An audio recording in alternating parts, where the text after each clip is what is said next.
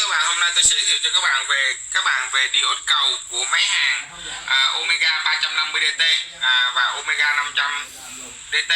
Rồi các bạn có thể nhìn thấy phía ngoài nó sẽ có 5 chân nha các bạn nha. Chúng ta sẽ so sánh với IGBT thì cái này nó tới có 5 chân IGBT nó tới 7 chân các bạn có thể nhìn thấy ha. Rồi bây giờ tôi sẽ đi xung quanh cho các bạn. Ở phía dưới nó cũng có một cái lớp giải nhiệt bằng nhôm các bạn ha. Đó.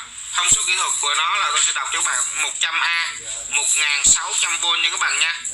Đó, do là Quân và Ly sản xuất, công ty tại Hàn Quốc sản xuất nha các bạn nha. Đó.